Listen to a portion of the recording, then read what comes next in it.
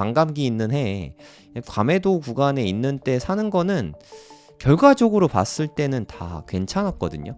제가 생각했을 때 요때가 정말 좋은 매수 찬스였듯이 요때도 정말 좋은 매수 찬스이지 않을까.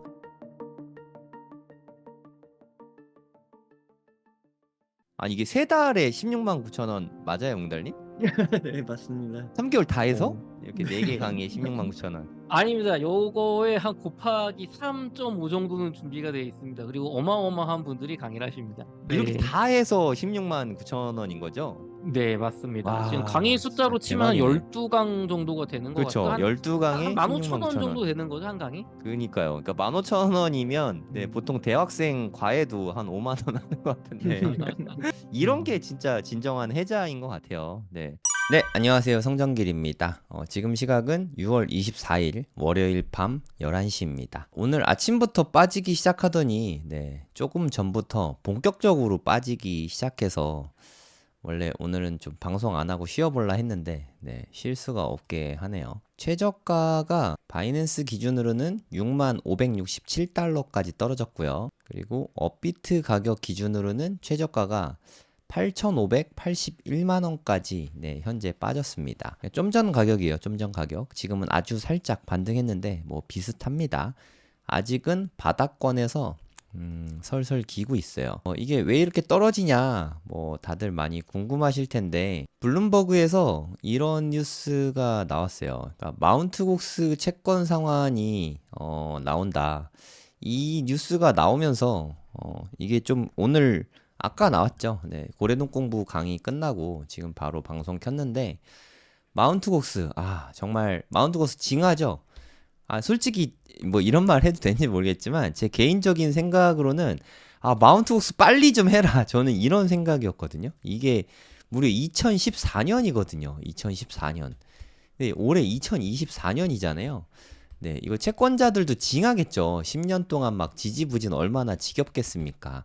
근데 이제 올해 받게 된다고 확정이 됐잖아요. 2024년 10월까지 네, 채권자들한테 모두 다 돌려주겠다. 네, 이렇게 발표가 났잖아요.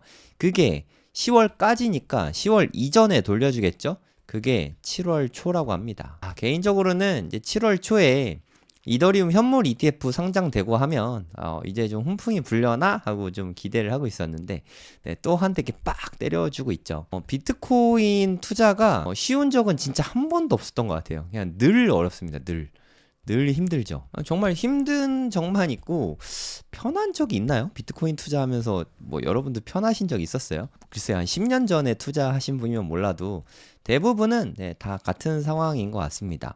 그럼 지금도 이렇게 설설 기고 있는데 지금 막 60K 오가고 있잖아요. 6만 달러까지 빠졌는데 마운트 곡스 물량까지 매도세가 대량으로 나오면 큰일 나는 거 아닌가? 이거 누구나 다 걱정되는 부분이잖아요.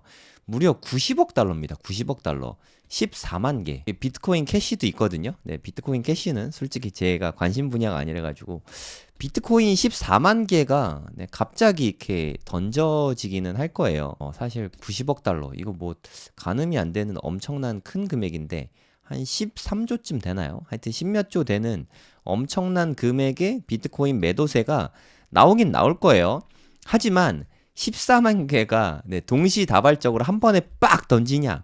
그건 아닙니다. 네, 너무 다행히 그거일 수는 없어요. 네, 몇 가지 이유가 있는데 첫 번째는 순차적 지급하겠죠. 어떻게 그 많은 사람에게 한 번에 그냥 빡 하고 다 줄 수가 있겠습니까? 순차적으로 지급을 받을 거고 동시에 다 같이 지급을 받는다고 하더라도 받자마자 바로 매도 이렇게 하겠습니까? 네, 이것도 현실성이 좀 떨어진다고 봅니다. 그래서 아마 7월에 제일 많이 나오긴 할 텐데 7월이 가장 많긴 할 거예요. 7월 초가 가장 위험한 때인 건 맞습니다. 하지만 한 번은 우리 이거 좀 지나가야 돼요. 네, 이거는 좀 해결하고 가야 됩니다. 좀 그냥 빨리 일 치러버렸으면 좋겠어요. 7월 초라 그러니까 차라리 잘 됐네 라는 생각이 좀 들었거든요. 저는 이게 또 오를만 하면 딱 맞고 오를만 하면 딱 맞고 하면은 비트가 안 올라가요. 차라리 요럴 때 지금 뭐 안 좋잖아요. 지지부진하고 있잖아요. 요럴 때 한 방 세게 맞고 빡 하고 떨어지는 게 오히려 낫습니다. 그럼 그 뒤에 날아갈 수 있으니까 우리가 사실 바라는 거는 여기 중간에 뭐 한 10% 20%더 빠지는 거 뭐 이거는 견딜 수 있잖아요. 그렇지 않습니까? 이게 뭐 어디까지 빠질지 모르겠지만 좀 더 빠져도 네, 저는 뭐 어차피 이미 버린 몸 우리가 소나기 맞을 때 밖에 나가서 비가 와가지고 소나기를 맞을 때 이게 5분 맞이나 1시간 맞이나 뭐 그냥 비 맞는 건 똑같잖아요. 어차피 추운 거고 찝찝한 거 똑같은 거고 그냥 소나기 맞을 때 그냥 뭐 한 번 또 이렇게 올라갔다가 한 번 또 맞고 그냥 여기서 그냥 다 끝내버렸으면 좋겠어요. 다 끝내버려야 9월쯤에 이때쯤부터는 이제 상승할 가능성이 있다고 생각하거든요. 마운트 곡스 물량 나오면 안 좋죠. 네. 좋을 건 없죠. 호재는 분명히 아닙니다. 마운트 곡스에서 비트코인을 받았는데 그거 뭐 받은 비트코인으로 더 추가 매수할 수는 없는 거잖아요. 매도세가 나오거나 좀 덜 나오거나. 그러니까 크게 나쁘거나 조금 나쁘거나 나쁘긴 나쁜데 하지만 조용히 나쁘거나 아주 어마어마하게 나쁘거나 뭐 둘 중에 하나니까 나쁜 건 확실해요. 네, 이걸 좋다고 말하는 사람은 네, 그냥 너무너무 어거진 것 같고 하지만 네, 이거 좀 지나가고 나면 이게 한번 쏟아지고 나겠죠. 이게 쏟아지고 나면은 지나가고 나면 정말 큰 상승을 나올 수 있는 동력을 다시 태울 수도 있지 않겠습니까? 네, 저는 그거를 기대하고 있어요. 사실 저는 이렇게 빠질 때 모양을 되게 중요하게 생각하는데 모양이 사실 너무 안 예쁩니다. 되게 안 좋은 방향으로 이렇게 떨어지고 있거든요. 그게 개인적으로는 좀 아쉬워요. 뭐가 안 좋냐? 일단 좀 이렇게 반등을 주면서 빠져야 되거든요. 근데 반등을 안 주고 그냥 계속 빠지고 있죠. 그리고 네, 반등도 안 줬는데 갑자기 쏟아냈죠. 그러면서 RSI가 엄청나게 빠졌습니다. 여러분 이게 4시간 봉이거든요. 4시간 봉 RSI 보면은 최근 저점이 3월 달인가? 아니 5월 1일이구나. 노동자 빔. 3월 달 이후로 최고 저점이 이 5월 1일에 이란하고 네, 이스라엘하고 뭐 전쟁 난다 만다 막 이러면서 그때가 가장 낮았었거든요. 그때 RSI보다 지금 RSI가 더 낮아요. 이런 식으로 급하게 빠지면 물론 반등은 있겠죠. 한번 크게 하락하면은 반등이 있긴 한데 반등을 주고 나서 재차 빠지게 되는 게 보통이거든요. 너무 급하게 빠졌다. 그래서 한번 반등을 주더라도 나중에 한번 이렇게 더 빠질 수 있을 것 같아요. 그 한 번 더 빠지는 게 뭐 7월 초가 될 수 있는 거죠. 뭐 이렇게 가다가 이제 올라가나 했더니 7월 달에 빡 하고 떨어지면서 RSI도 이렇게 같이 올라가다가 빡 하고 떨어지면서 이렇게 좀 상승 다이버전스가 걸리면서 좀 큰 폭으로 대세 상승장으로 갈 수 있지 않을까 하고 기대를 하고 있는데 이게 제가 생각했을 때 베스트 시나리오입니다. 이렇게 되는 거는 희망 회로에 가까워요. 아까 제가 말씀드렸지만 조금 나쁘냐 많이 나쁘냐의 문제라고 말씀드렸잖아요. 그러니까 이거는 가장 조금 나쁠 때 이런 시나리오가 나올 거라고 생각해요. 그러니까 7월 초에 한 번에 그냥 쏟아내고 그 다음에 다시 발사하는 이 가장 좋은 그림인데 이건 희망 회로일 뿐입니다. 이렇게 되면 좋겠지만 될까요? 네, 잘 모르겠습니다. 일단 마운트 곡스 물량은 좀 확정이니까 하지만 이게 이 중에 얼만큼이 나올지는 네, 아무도 모릅니다. 이게 14만 개인데 제 생각에 반 정도는 아주 나중에 뭐 다음 장에나 내년에나 그렇게 나올 것 같고 많으면 한 7만 개까지는 나올 수 있을 것 같거든요. 7만 개. 7만 개 나오면 솔직히 재앙이죠. 네, 너무 무섭습니다. 이게 한 5조 정도 되잖아요. 5조. 엄청 큰 금액이죠. 좀 어떻게 될련지 잘 모르겠습니다. 한 6조 될 것 같은데. 5조에서 6조? 이 정도 되는 대단한 금액이 매도세가 나오는 거거든요. 차트에 큰 충격이 가해지지 않을까 하는 생각이 듭니다. 마운트곡스 익숙하잖아요. 마음의 준비는 일단 하시고 안전벨트를 좀 매세요. 안전벨트 매면은 사고 안 나잖아요. 안전벨트 안 매면 사고 날 수 있지만 안전벨트 맨 날은 네, 제 생각에 사고가 좀 확실히 덜 나는 것 같거든요. 안전을 다 챙기고 나면 우리가 빠질 수 있다고 마음의 준비를 하고 어금니 꽉 깨물고 있으면은 의외로 별일 없이 지나갈 수도 있지 않을까요? 네. 뭐 희망 회로인 것 같긴 한데 또 모르죠. 이 마운트곡스 투자자들이 되게 얼리 어댑터잖아요. 무려 2014년에 비트코인을 일찍 알아보고 투자한 매우 얼리 어댑터시거든요. 아마 이분들 지금도 비트코인 투자하고 계실 것 같거든요.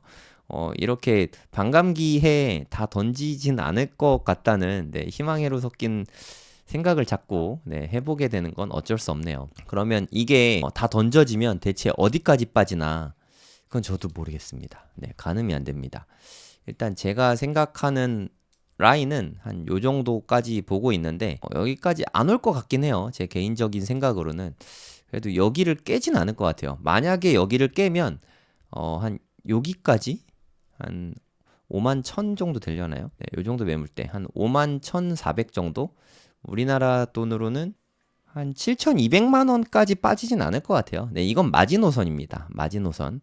그렇다고 7,200만 원까지 빠진다가 아니라 정말 정말 많이 빠지게 되면 거기까지 빠질 수도 있는데 뭐 가능성이 높지는 않다고 생각합니다. 그러면 조금 나쁘면 한 59K 네, 요 정도까지 빠질 것 같고 제 생각에 아주 아주 나쁘면 한 51K 네, 요 정도까지는 빠질 수 있는 가능성이 있다고 생각합니다. 5자를 한 번 더 보게 될 가능성이 있지 않을까. 이게 사실은 이게 왜 마운트곡스 물량이 왜 무섭냐면 마운트곡스 채권자들이 비트코인을 받은 다음에 매도세 던지는 거 물론 그것도 무섭죠. 하지만 더 무서운 거는 마운트곡스 물량이 던져진대라는 루머 때문에 소문 때문에 미리 던지는 사람들이 생기거든요. 지금 상태가 딱 그런 때죠. 그래서 미리 던지고 있어서 지금이 오히려 더 공포스러울 수 있습니다. 제가 비트코인 차트를 상당히 좀 몇 년 동안 계속 보고 있는데요. 이게 과매도 구간에 진짜 잘 안 들어가요. 일봉상으로는. 뭐 1시간 봉, 4시간 봉 이런 건 잘 들어가는데 여러분들이 한번 보시면 될 것 같아요. 요때가 루나 사태 때거든요. 요때만 해도 뭐 이렇게 심각하지 않았죠. 요때하고 요때 좀 심각하게 RSI가 공포 상태잖아요. 과매도 구간이라고 하는데 요 점선 밑으로 떨어지면은 공포 상태라고 생각하시면 되고요. 요 위로 점선 위로 간 거는 탐욕인 상태라고 생각하시면 되거든요. 일봉상으로 요거 RSI 과매도 구간에 오면은 이제 엄청난 공포스러운 상태라고 생각하시면 됩니다. 이게 자주 안 나와요. 이 루나 사태 났을 때 그때 공포 상태 들어왔죠. 그리고 요때는 FTX 사태거든요. 그때 들어왔죠. 2022년에 이렇게 있었고요. 그리고 여러분들 기억하시는지 모르겠는데 2023년에 작년이죠. 이제 상승장으로 가나 보다라고 생각을 하고 있었는데 갑자기 3만에서 2만 4천까지 이렇게 쭉 빠졌어요. 요때 진짜 무서웠거든요. 그때 또 이렇게 한 번 있죠. 그거 외에는 거의 없어요. 그러니까 최근 2년을 봐도 두 번밖에 없잖아요. 그리고 지금 이제 과매도 구간에 들어오기 시작했거든요.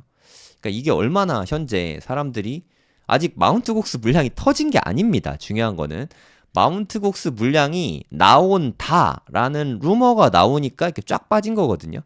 그러면서 과매도 구간에 들어오기 시작했죠. 여기서 어디까지 더 빠질진 모르겠지만 그만큼 사람들이 마운트곡스를 두려워하고 있다. 이렇게 해석할 수 있거든요.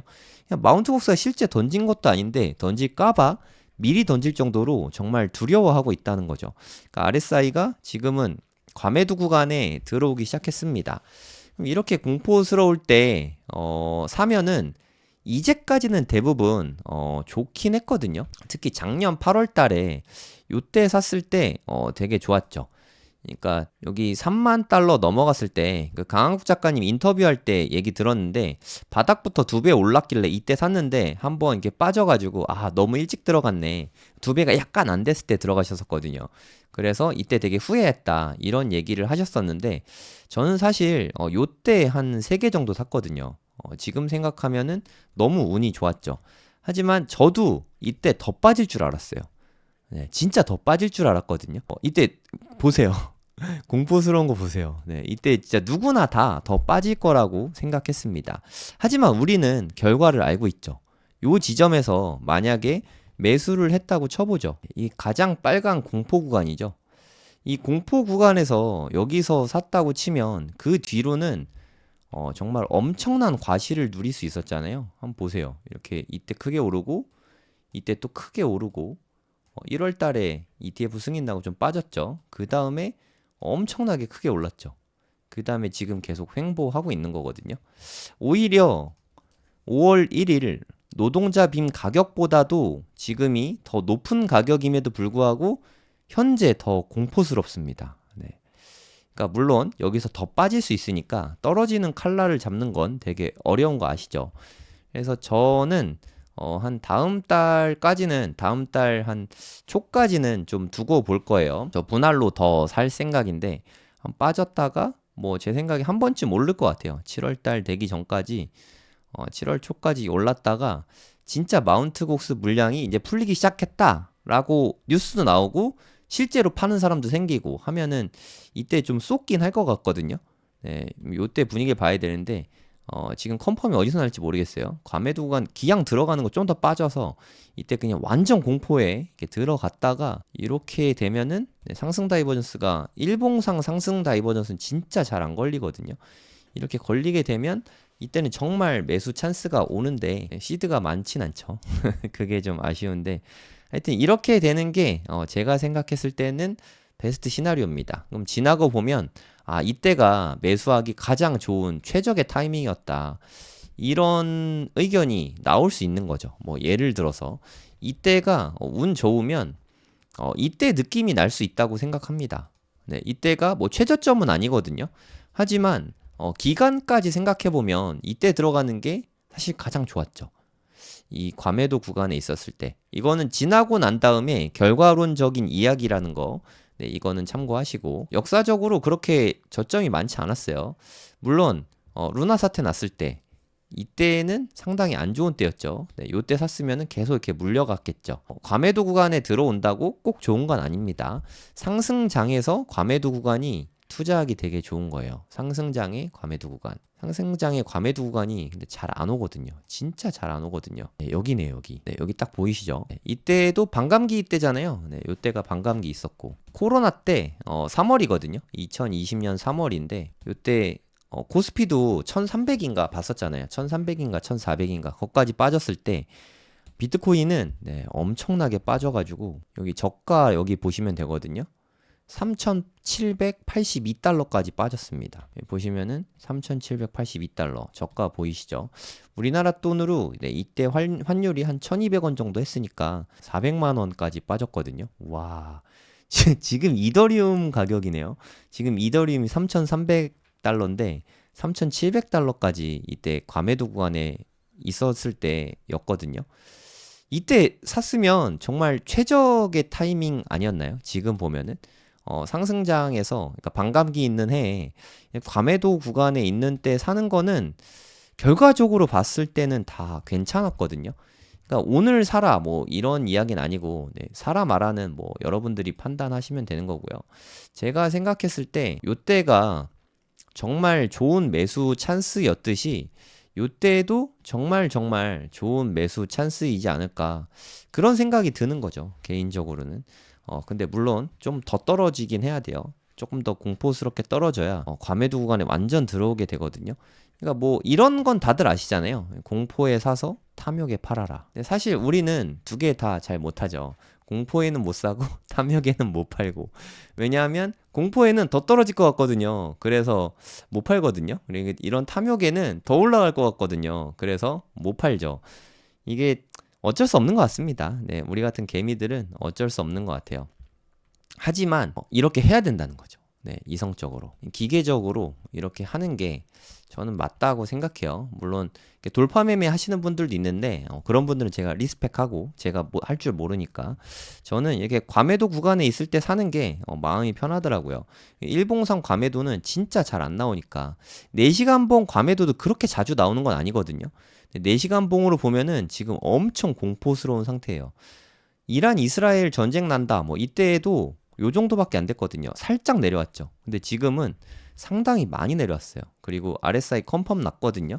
지금 완전 과매도 구간에 들어갔죠. 요거는 좀 의미가 있다고 생각이 듭니다. 가격은 지금 훨씬 높은데 거의 한 10% 차이 나는데 와, RSI는 엄청나게 떨어졌어요.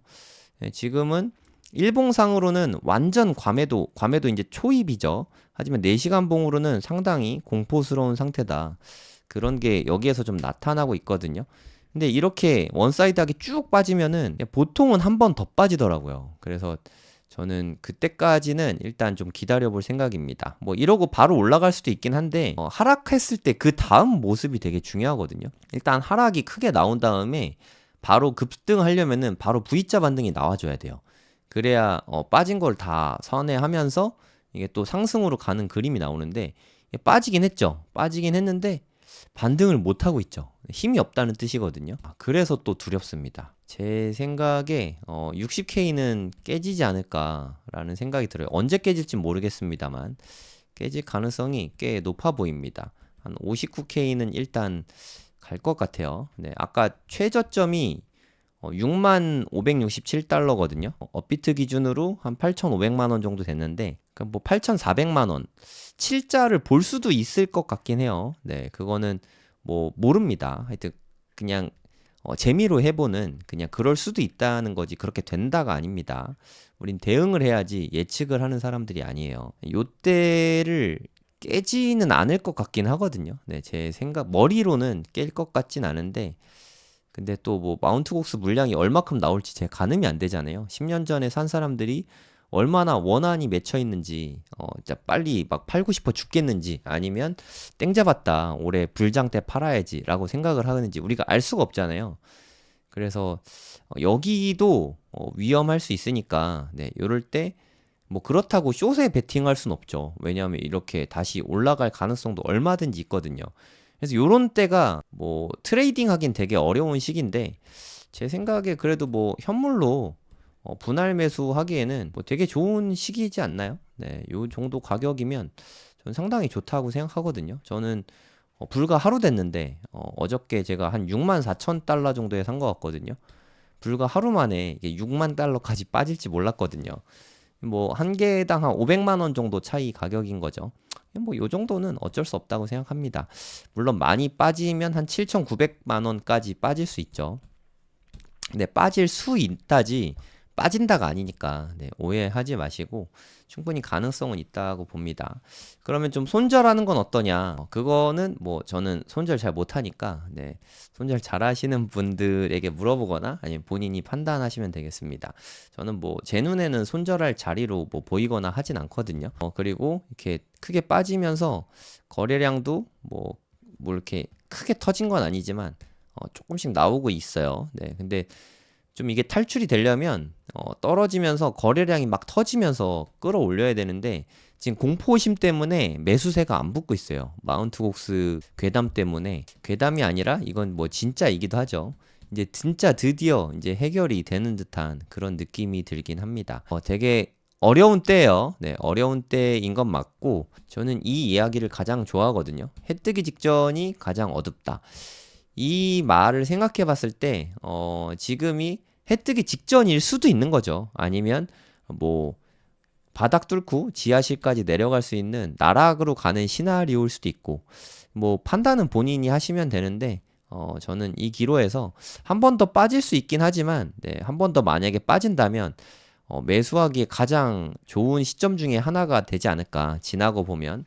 그런 생각이 듭니다. 개인적으로는. 하지만 제가 느끼기에 이게 코로나 때만큼의 그런 무지막지한 공포는 아니거든요. 왜냐하면 코로나 때는 나스닥, 코스닥, 뭐 주가 지수, 금까지 빠졌거든요. 그러니까 모든 게 진짜 다 떨어졌거든요. 이때가 저는 최악으로 가장 공포스러웠던 때라고 생각이 들어요. 그럼 이때 얼만큼 빠졌는지 보면은 이때 한 60% 빠졌거든요. 물론 마운트곡스가 네, 무서운 거긴 한데 뭐 요 정도 공포를 안겨줄 거라고 생각이 들진 않거든요. 그래서 이게 마이너스 60%인데 한 이거의 반 정도. 그래서 고점 대비해서 한 30%까지는 빠질 수도 있다고 좀 마음의 준비는 해야 될 것 같아요. 많이 빠지면 30% 정도라고 생각이 들거든요. 많이 빠지면. 그만큼 안 빠질 수도 있죠, 당연히. 그럼 여기가 고점이니까 고점 대비해서 한 30% 빠진다. 어우, 많이 내려가네. 30%쯤 빠지면은 네, 요 매물대가 딱 걸리네요. 여기 매물대 있잖아요. 여기 매물대까지 올 수 있는 거죠. 뭐 예를 들어서 요 정도면 한 30% 정도 빠지는 거거든요. 한 52,000, 51,000, 한 7천만 원 뭐 한 중반대 정도 되려나요? 그러니까 여기까지가 저는 최악으로 보고 있습니다. 요거 밑으로 내려가는 거는 솔직히 저는 개인적으로는 생각하기 어려워요. 그러니까 저는 여기까지 가능성이 있다지 이렇게 내려간다고 생각하진 않습니다. 사실 제가 느끼기에는 한 요 정도 선에서는 마무리가 되지 않을까 하고 기대를 하고 있긴 한데 한 59,000쯤? 그래서 저는 조금 나쁘면 한 59K에서 반등 주면 이게 가장 덜 나쁜 시나리오인 것 같고요. 좀 아주 나쁜 시나리오가 나오면은 한 50K까지 빠졌다가, 그러니까 7천만 원까지 빠졌다가 올라갈 수 있는, 네, 요런 시나리오가 제가 생각했을 땐 가장 나쁜 시나리오인 것 같아요. 물론 더 빠질 수도 있는데 뭐 저는 거기까지는 생각하기가 좀 어렵습니다. 네, 저의 한계죠. 이것보다 더 빠진다고? 네, 그거는 모르겠어요. 그거는 뭐 제 머리로는 생각이 좀 잘 안 돼서 뭐 뉴스들 간혹 보면은 뭐 30, 뭐 한 40K, 40K까지 빠진다, 뭐 이런 이야기가 있긴 한데 뭐 그럴 수도 있겠죠. 하지만 뭐 저는 그렇게 생각하진 않습니다. 솔직히 저는 하여튼 50 몇 K 수준에서 요 밴드 내에서 그냥 반등이 세게 나오지 않을까. 이 반등은 엄청 셀 것 같아요. 제 생각에. 그러면서 거의 이 고점을 뚫어버릴 정도로 상당히 센 반등이 나올 거라고 생각하거든요. 큰 상승이 있으면 큰 조정은 좀 필연적이긴 합니다. 시간 조정도 충분해야 되고 가격 조정도 충분해야 되고 그래야 다시 재차 큰 상승이 나올 수 있는데 대략 한 2지점부터 시작해서 좀 쉬지도 않고 계속 올랐잖아요. 작년 11월부터 한 4, 5달 동안 정말 거의 안 쉬고 숨가쁘게 올라왔거든요. 그리고 나서 현재 한 3달 정도 좀 약세장을 보이고 있죠. 조정이 꽤 길어지고 있습니다. 3개월 동안 빠지고 있고 가격적으로도 이제 이쯤 빠졌으면 거의 한 20% 빠졌을 것 같은데 아직도 20%가 안 빠졌네요. 비트코인 단단하긴 하네요. 대단한 것 같아요. 지금도 한 17% 정도밖에 안 빠졌네요. 네. 그러니까 가격 조정, 기간 조정은 제가 봤을 땐 정말 충분한 것 같고, 3개월이었으니까, 네, 기간 조정은 제가 봤을 땐 충분합니다. 하지만 가격 조정은 조금 더 받을 수 있을 것 같아요. 네, 지금 추세로 보니까 마운트 곡스 이슈도 있고, 여기까지는 뭐, 여기 어디까지는 요 밴드상 어디까지는 좀 빠질 수 있을 것 같아요. 20 몇 % 정도 선이겠죠, 그러면. 제 생각에 이 선을 깨진 않을 것 같긴 합니다만 충분히 가능성이 있다고 생각합니다. 근데 제가 어디까지나 지금 말씀드리는 거는 시나리오일 뿐입니다.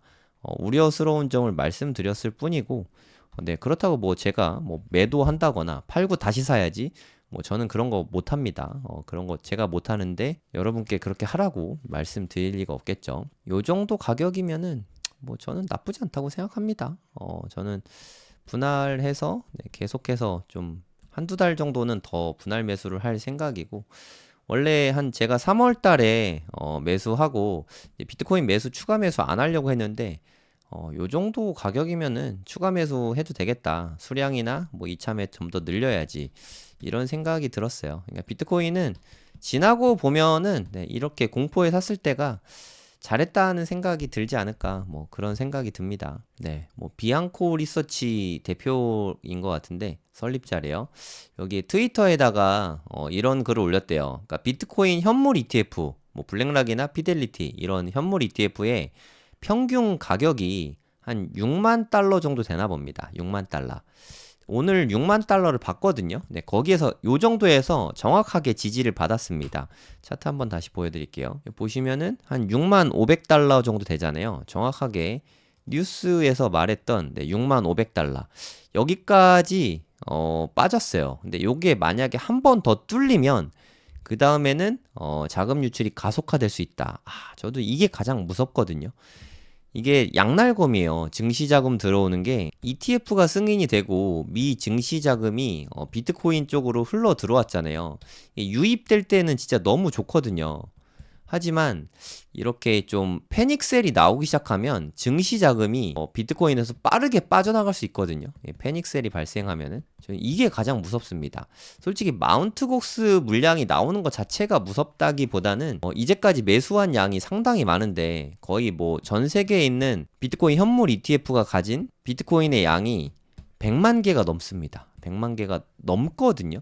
마운트 곡수 양이 14만 개인데 그러니까 14만 개가 무서운 게 아니라 제가 진짜 무서운 거는 이 100만 개거든요. 얘네들이 매수한 걸 다 뱉어내기 시작하면은 그때는 정말 너무너무 무서운 일이 펼쳐질 것 같아요.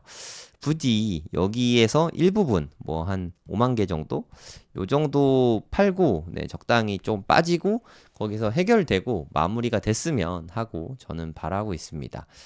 요거는 한 번 더 깨질 가능성이 제가 생각했을 땐 높아요. 최저점 찍었다 이런 느낌은 아니거든요. 지금 이게 빠지면서 반등이 안 나오고 있어요. 네. 이게 반등 탈 때에는 확 치고 올라와야 되는데 그 부분이 좀 아쉽습니다. 네, 요즘에 비트코인 도미넌스가 조금씩 빠지고 있거든요.